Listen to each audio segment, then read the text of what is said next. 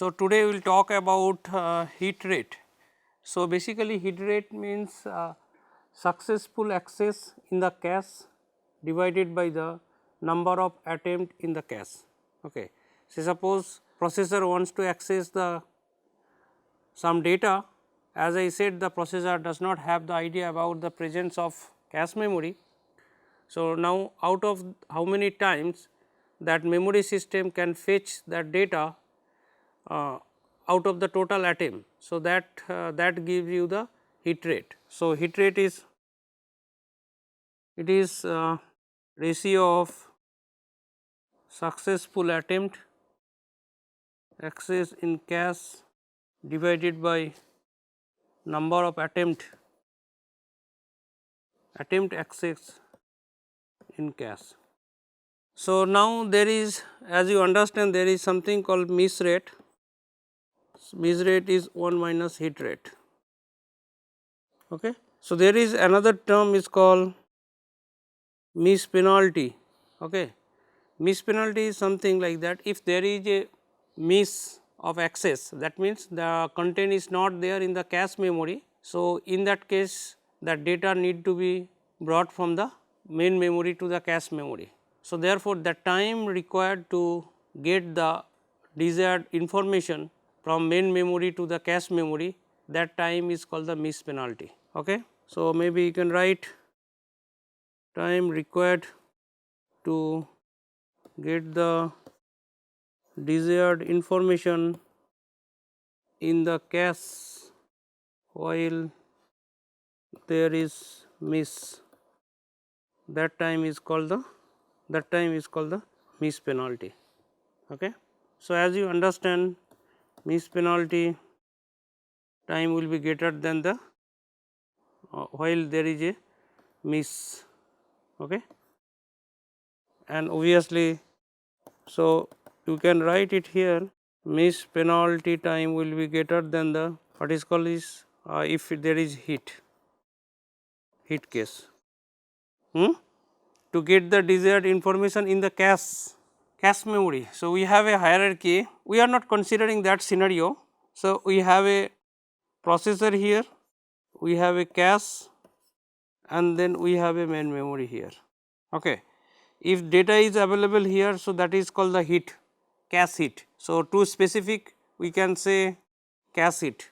Okay. Similarly, if the data is available in the main memory, but see if it sometime data may not be available in the main memory, then you need to bring data from the secondary memory. So, that scenario we are not considering. Okay. That you will learn in the operating system class. Here we are considering this scenario, this organization, we have the cache and then main memory. If data is not available in this memory, then we say is that data, if that is called the cache miss. If there is a cache miss, obviously the data needs to be brought from main memory to the cache and obviously should be delivered to the processor. So, that entire time is called the miss penalty. Entire time means first you search, obviously you search into the cache memory, it is not there. Okay. So, that is cache miss and then data need to be brought from the main memory to the cache and then it should be forwarded to the processor. So, entire time is called the miss penalty. Okay. Now, see we need to find the average access time. Okay. So, let us say if we have a cache main memory, that whatever we studied that organization is there. So, let us say H is the hit ratio, obviously we are talking about the cache hit ratio and miss penalty is m, okay, m cycle let us say, and say I am not writing all details here, and cache access time is let us say c cycle. Okay. Then what will be the average access time. So, this is something T average will be hit ratio H into access time in the cache. So, that is let us say C, let us say put C1. Then if there is a miss, So, miss ratio is 1 minus h into miss penalty. So, miss penalty is m. Okay. So, this is hit ratio, this is miss rate or hit rate, this is access time in the cache memory, this is what miss penalty. So, this m includes time access in cache. In a sense, to get whether it is miss or not, it needs to search in the cache memory. So, that is something called time access in the cache. So, that is you can say search time plus main memory access time, okay, that entire block. So, block in main memory, okay, and then that particular word delivered to CPU. So, this is something called miss penalty. Okay. So, that average time will be like that. Okay. So, now I will show you one example. So, what advantage you will get if we have a cache memory. So, example is also given, but the book is Hamacher. Okay. So, you assume the 30% of the instruction of a typical program read and write operations. Okay. So, assume that 30% of the instruction of a program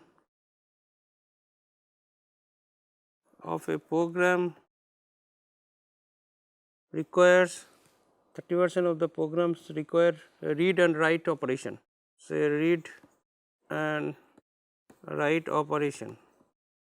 Okay. So, that means memory access, right. So, hit rate is given. So, what is this meaning? 30% of the instruction of a program require read and write operation. That means, if total number of instruction is 100, so 30% instruction, that 30% read write. So, 100 also that instruction has to be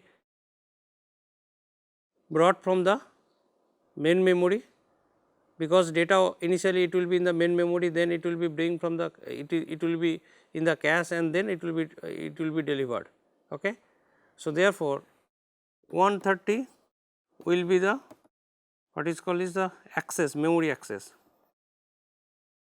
So, total number of access is 130, because 100 instruction for 100 access, and 30%, that 30% instruction needs another extra access. So, that is 130. Okay. So, next is hit rate in cache is 0.95 for instruction, because there are two caches, one is for instruction, another is for data. Okay. And hit rate in cache is 0.90% for data. So, accessing main memory is 10 cycle, accessing cache is 1 cycle. Okay. So, then what will be the average access time in this scenario? Okay. What will be the average access time in this scenario? So, first try to understand the question. So, we have 100 instruction.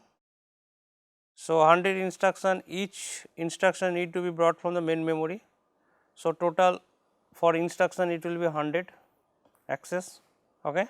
And these 100 access will happen, first it will try in the instruction cache, and if it is not found, then it will go to the main memory.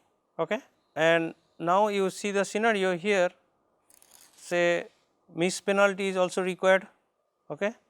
So, miss penalty, you assume that miss penalty is 17 cycle. So, in the last example we had here we got 17 cycle, right, if you the memory is arranged in interleaving fashion. So, we are assuming that miss penalty is 17 cycle, okay, for one block, because whenever the data will be transferred, it will be transferred from main memory to the cache memory, it will be in a block. Okay. So, now in this scenario what happened, if there is no cache, then what will be the total access time? If no cache, time required without cache. So, total access is what? 130 is instruction, sorry, total access is 130. So, there is no cache, no data cache, no instruction cache, everything is in the main memory. So, main memory access time is 10 cycle. So, that should be multiplied with 10. So, it will give 1300 cycle. Okay. Now, if you have this scenario, so time required with cache. So, just now if we have the formula here, we can apply it here, right. So, what is the hit ratio for the instruction? So, hit ratio for the instruction is 0.9. How many instruction it has? In this scenario, the program has 100 instruction, right. So, total number of instruction will be, so we should divide into two part, one for the instruction, another for the data. Okay. Same scenario for this formula will be using one for the data, another for the instruction cache. Okay. So, here we go. So, for instruction cache, what was the scenario? That is hit ratio was 0.95, cache access time that is 1 cycle, and main memory access time is 10 cycle. So, therefore, T average in this scenario will be, hit ratio is H into access time, let us say C1, let us say this is, we put M1, okay. And then how many instruction? You have 100, right, plus 1 minus H into miss penalty, right. So, miss penalty is M, and then you have total 100 instruction. So, now if you compute, this will come 0.9 into access time is 1 plus this will give you 0.05 into miss penalty is 17 into 100. Now, same thing we have to for the data cache. So, it will be T average 2. So, it was miss is 0.9, cache access is 1 plus this will give 0.1 into 17, and then we had access 30. Now, you need to add it, total time is T average 1 plus T average 2. Okay. So, if you do it here, so according to this one it will come 258.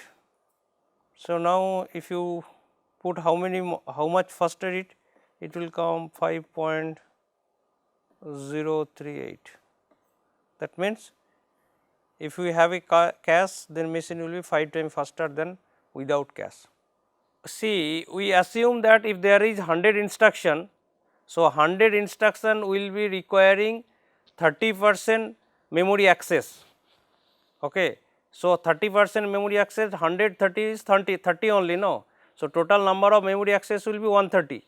Total memory access 30%, 30% not the instruction, 30% will have the total instructions 30%, say program needs 30% memory access. Total instruction, so 100 instructions are there, 100 instructions need 30% memory access.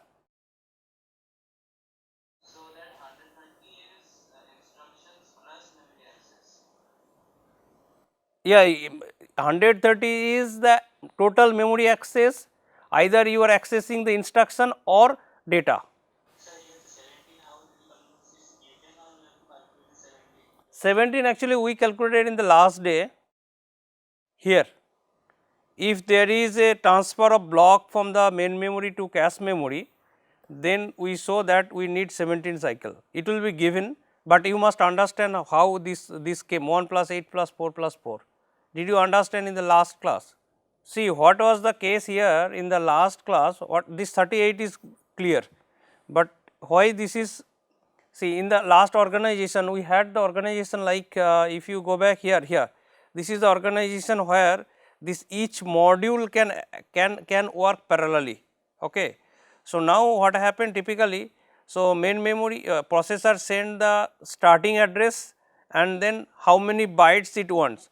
So, it wants the 8 bytes, okay, sorry 8 word, and this 8 word you have the 4 module only. So, therefore, two word will be in each of the module.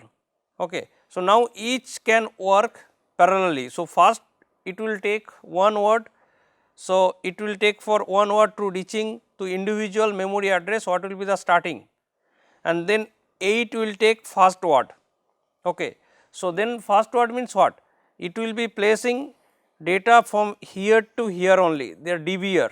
So, it will take 8, this guy is also will take 8, this guy also will take 8, this guy also will take 8. Okay. Now, what happened? Data need to be transferred from here to here. Okay. So, now for transferring this one, it cannot perform parallelly, okay, because there is a connection only, see memory mod processor to memory module, there is a single bus. So, only one word will be transferred, and for transferring one word in the last example we assume that it will take only one cycle. So, therefore, transferring this 4 word it will take 4 cycle. Okay. So, now while transferring data from here to here, so second word will be from the each module will be transferred at the same time to the DBR. Okay.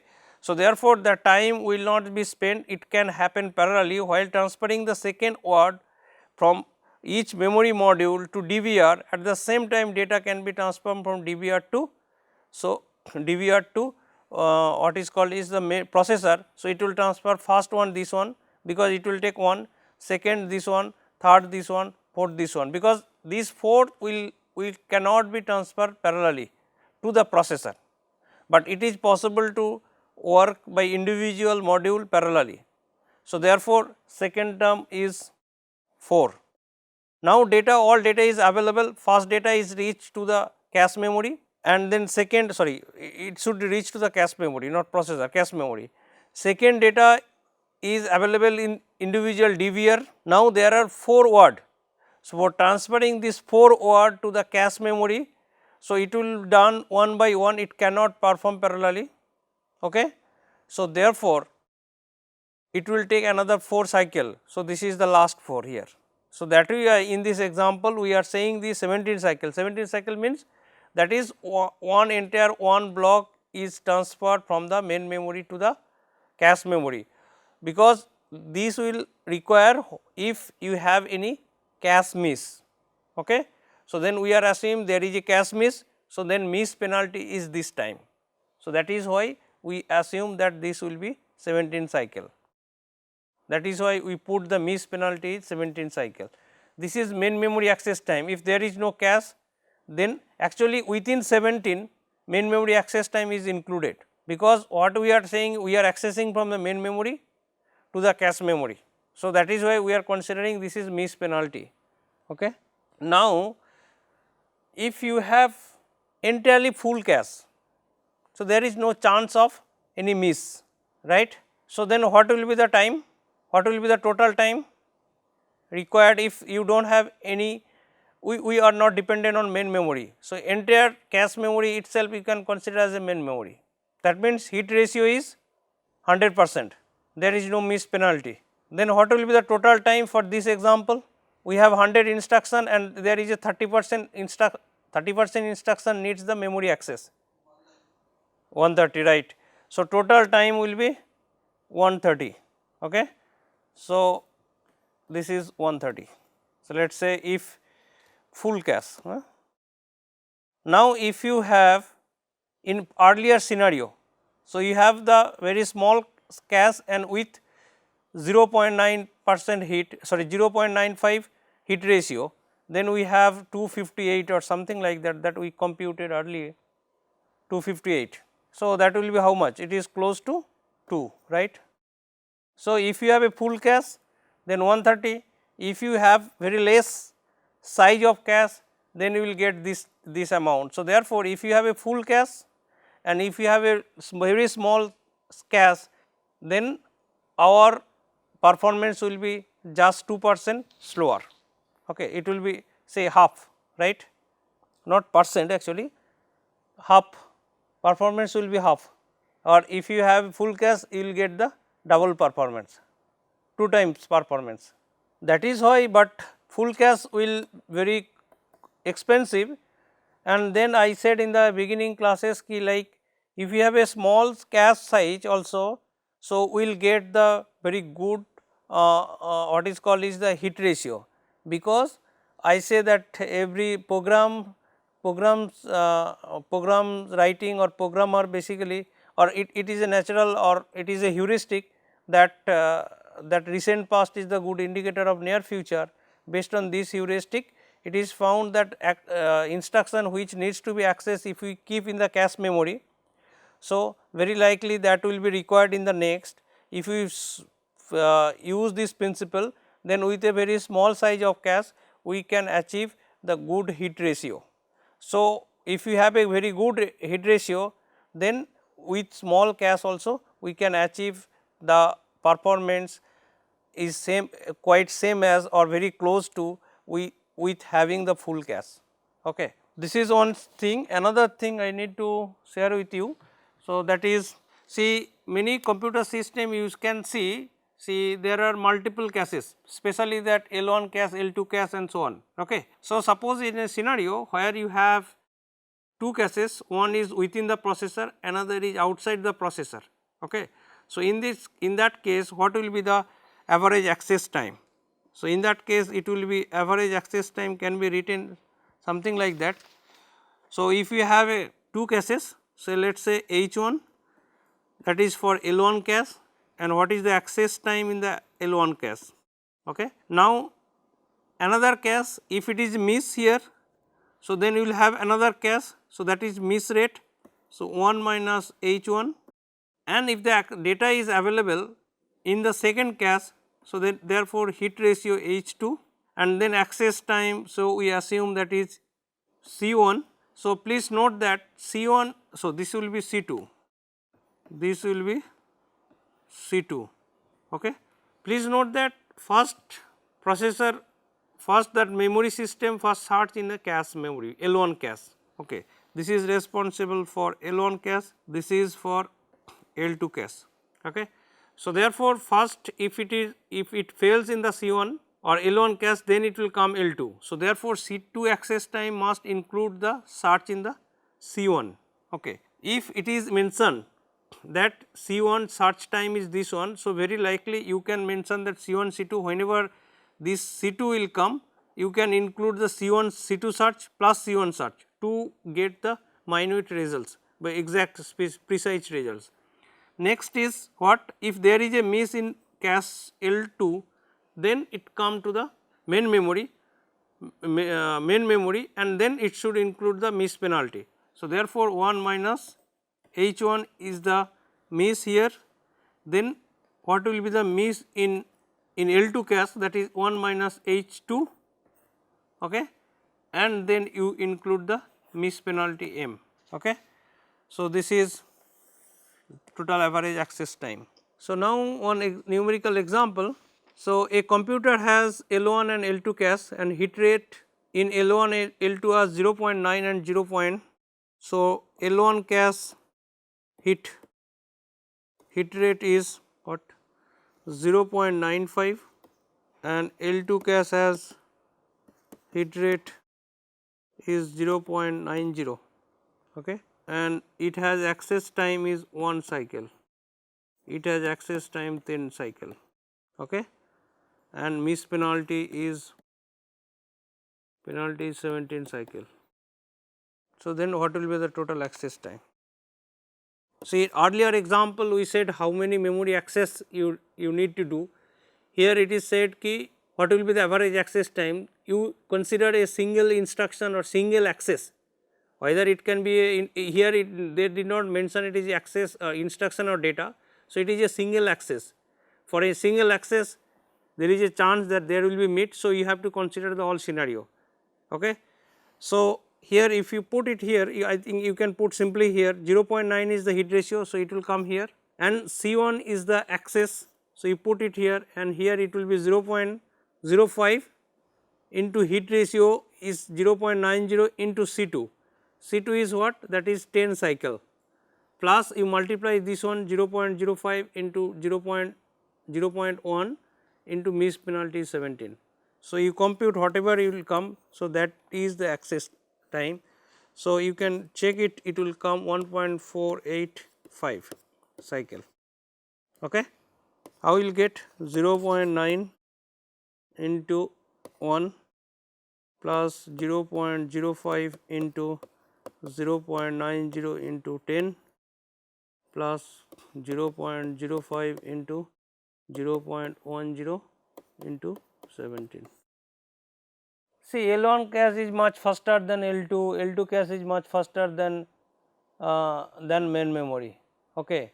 So, L1 cache is very small in size that can be incorporated inside the processor. Obviously, it is not as faster than the register. Okay. So, now same principle is used, that is the what is called locality of reference is used here.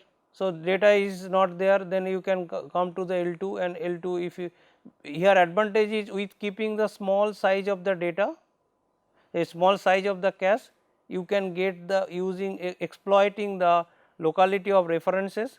So, you can improve the performance of the computer system. It will increase the complexity of the circuit, obviously it will increase, but you need to balance it, right.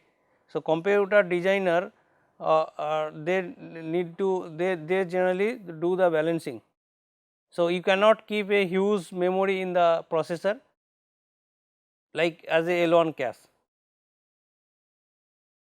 And most of the modern computer architecture people they use, see even Pentium and nowadays they use the L1 L2 both caches. There are some case study you can see the in amateur also. Okay, with that I conclude today's class.